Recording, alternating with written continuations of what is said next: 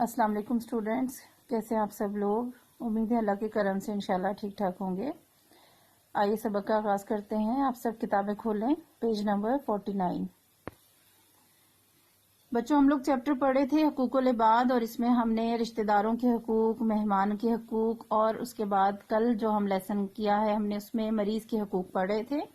اس کا ہاف جو ہے پارٹ باقی ہے، وہ آج ہم انشاءاللہ کمپلیٹ کریں گے۔ حضور اکرم صلی اللہ علیہ وسلم مریض کی عیادت کرتے وقت اس کی صحت یابی کے لیے دعا فرماتے۔ آپ صلی اللہ علیہ وسلم نے یہ بھی فرمایا، جب کوئی مریض کسی چیز کی خواہش ظاہر کرے تو اسے وہ چیز باہم پہنچا دو۔ باہم پہنچانا ہوتا ہے فوراً، اسی طرح سے، یعنی اگر کوئی مریض کسی بھی چیز کی فرمائش کرتا ہے، کوئی خواہش ظاہر کرتا ہے، اسے کوئی چیز چاہیے کھانے کے لیے یا کسی بھی اور طرح کی ضرورت ہے جو اس کے لیے اچھا ہے، تو ضرور اس کے لیے حکم ہے کہ فوراً اسے وہ چیز دے دی جائے۔ ہمارے دین میں بیماروں کے ساتھ ہمدردی روا رکھی گئی ہے، اور ایسے بہت سے فرائض جنہیں وہ بیماری کے سبب ادا کرنے سے مجبور ہوں یا ان سے تکلیف میں اضافہ ہوتا ہو، معاف کر دیے گئے ہیں۔ یعنی دین اسلام نہ صرف بیماروں سے، مریضوں سے ہمدردی کرنے کا حکم دیتا ہے، بلکہ دین اسلام نے بذات خود وہ ایسے فرائض، ایسی ذمہ داریاں جو ایک نارمل صحت مند انسان کے لیے لازم ہیں، فرض ہیں، لیکن مریض کے لیے وہ ذمہ داریاں اگر اس کے لیے تکلیف کا باعث ہیں یا اس کو ان ذمہ داریوں کو ادا کرنے سے، ان فرائض کو ادا کرنے سے اس مریض کو تکلیف ہوتی ہے، تو دین میں وہ ذمہ داریاں جو ہیں وہ معاف کر دی گئی ہیں۔ بیمار کی عیادت کے معنی صرف مزاج پرسی کے نہیں ہیں، بلکہ اس کی تیمارداری اور خدمت گزاری کے بھی ہیں۔ یعنی بیمار کی عیادت سے یہ مراد نہیں ہے کہ آپ چلے جائیں، جا کے بیٹھے یا مریض سے باتیں کریں اور واپس اٹھ کے آ جائیں۔ صرف مزاج پرسی نہیں ہے، صرف اس سے خیر خیریت پوچھنا نہیں ہے، بلکہ یہ کہ اس کی تیمارداری کی جائے اور ساتھ ساتھ اس کی خدمت بھی کی جائے۔ اگر اس کی کوئی کام ہے، کچھ ضرورتیں ہیں، اس کو پوری کر دیں۔ اس کی صفائی ستھرائی کے لیے اگر آپ کچھ کر سکتے ہیں تو وہ کریں، اس کے گھر کے لیے کوئی ضروری کام کر سکتے ہیں تو وہ کریں۔ تو صرف ان سے بات چیت کر کے اور خیریت پوچھنا ہی عیادت نہیں ہے۔ حضور اکرم صلی اللہ علیہ وسلم نے بیماروں کی عیادت کے لیے نہ صرف خاص تاکید فرمائی، بلکہ عیادت کے آداب بھی بتائے ہیں، دعائیں سکھائی ہیں، اور ان سب باتوں کا ثواب بھی بتایا ہے۔ یعنی صرف تاکید نہیں ہے کہ عیادت کرنی ہے، بلکہ آپ صلی اللہ علیہ وسلم نے عیادت کے کچھ آداب، کچھ طریقہ کار بھی بتائے ہیں، اور دعائیں بتائی ہیں کہ مریض کے لیے کس طرح سے دعائیں کی جائیں، اور یہ بھی بتایا ہے کہ جب مریض کی عیادت صحیح طریقے سے کی جائے تو اس کا اجر و ثواب بھی ہے۔ آپ صلی اللہ علیہ وسلم نے فرمایا، ایک مسلمان کے دوسرے مسلمان پر 5 حقوق ہیں، جن میں سے ایک حق یہ ہے کہ جب وہ بیمار پڑے تو وہ اس کی عیادت کو جائے۔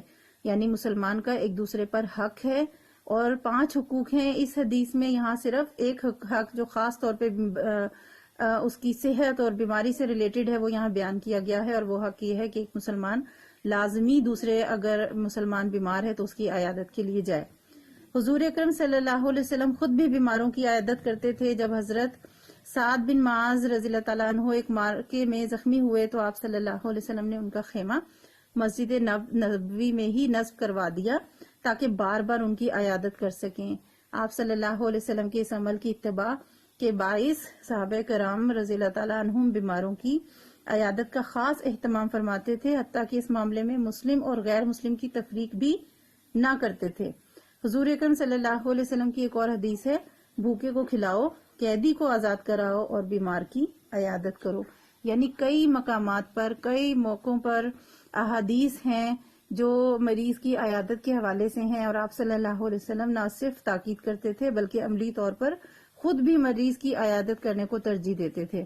جیسے یہاں ایک مثال حضرت سعد بن معاذ کے حوالے سے ہے کہ ایک مارکے میں، ایک جنگ میں وہ زخمی ہوئے تو آپ صلی اللہ علیہ وسلم نے ان کا خیمہ مسجد نبوی میں ہی لگوایا۔ اس لیے لگوایا تاکہ آپ وقتاً فوقتاً ان کو بار بار ان کی عیادت کر سکیں، اور جب صحابہ کرام نے حضور صلی اللہ علیہ وسلم کو اس طرح دیکھا تو وہ بھی جو مریض کی عیادت کو فوقیت دیتے تھے، اور اس میں اتنی زیادہ اہمیت دیتے تھے کہ اس میں مسلم اور غیر مسلم کی تفریق بھی نہیں کرتے تھے۔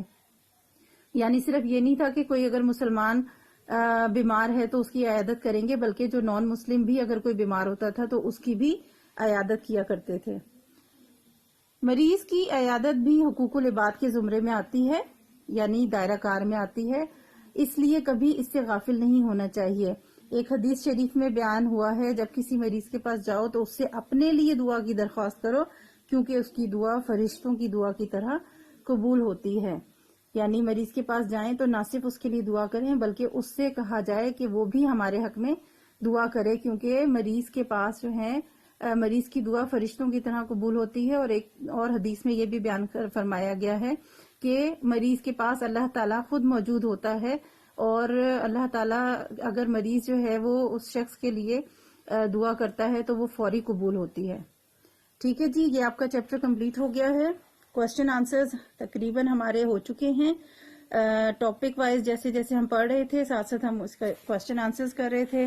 اس کا 6 کوشچن جو ہے وہ رہ گیا ہے، آبجیکٹیو خالی جگہوں میں مناسب لفظ لکھ کر آپ نے فل کرنا ہے۔ اس کے آپشنز بھی سامنے دیے گئے ہیں۔ نمبر 1 ہے حقوق کی ڈیش قسمیں ہیں، 2، 3 یا 4۔ بالکل چیپٹر کے سٹارٹ میں ہم نے پڑھا تھا حقوق کی 2 قسمیں ہیں۔ یہ میں یہاں سے انسرکل کر رہی ہوں، آپ نے بلینک سپیس بھی فل کرنی ہے۔ جو صلہ رحمی نہیں کرتا وہ ڈیش میں داخل نہ ہوگا، جنت، دوزخ یا آخرت۔ obviously جو صلہ رحمی نہیں کرتا یعنی رشتہ داروں سے اچھا سلوک نہیں کرتا، تعلقات قائم نہیں رکھتا، وہ جنت میں داخل نہ ہوگا۔ مریض کی عیادت کے لیے ڈیش وقت اس کے پاس گزارا جائے، کم، زیادہ، پورا۔ مریض کی عیادت کے لیے مریض کے پاس کم وقت، زیادہ دیر نہیں ٹھہرنا چاہیے تاکہ اس کو تکلیف نہ ہو۔ جب کوئی مریض کسی چیز کی خواہش کرے تو وہ چیز اسے ڈیش باہم پہنچا دو، نہ دو، کبھی کبھار دے دو۔